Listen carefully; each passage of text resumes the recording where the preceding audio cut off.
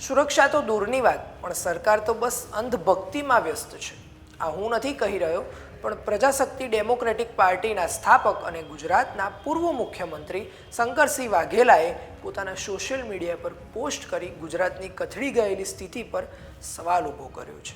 આમ જોવા જઈએ તો એ વ્યાજબી છે. છેલ્લા કેટલાય સમયથી ઘણી બધી બાળાઓ અને દીકરીઓ દુષ્કર્મનો ભોગ બની છે, અને આ દિવસે દિવસે વધી રહેલ દુષ્કર્મ અને સ્ત્રી સતામણીના કિસ્સાએ ચિંતા ઊભી કરી છે. તેના પર વિસ્તારે વાત કરવી છે આ વિડીયોમાં.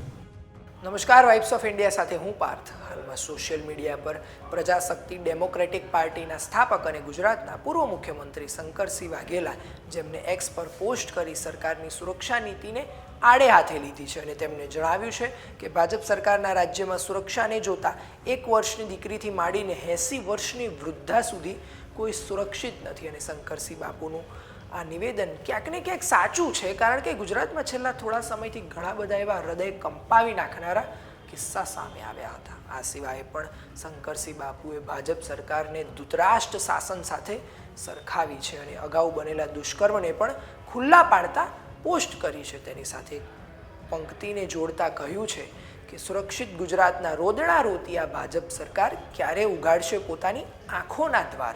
હજુ કેટલી દ્રૌપદીના ચીરચીરાવાની રાહ જોશો?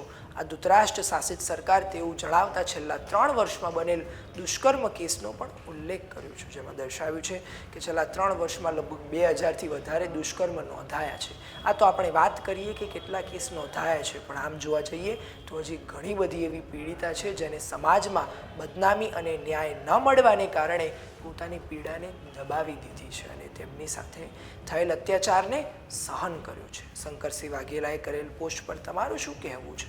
અમને કોમેન્ટ કરી જરૂરથી જણાવશો અને અવનવી અપડેટ્સ માટે જોતા રહો વાઇબ્સ ઓફ ઇન્ડિયા.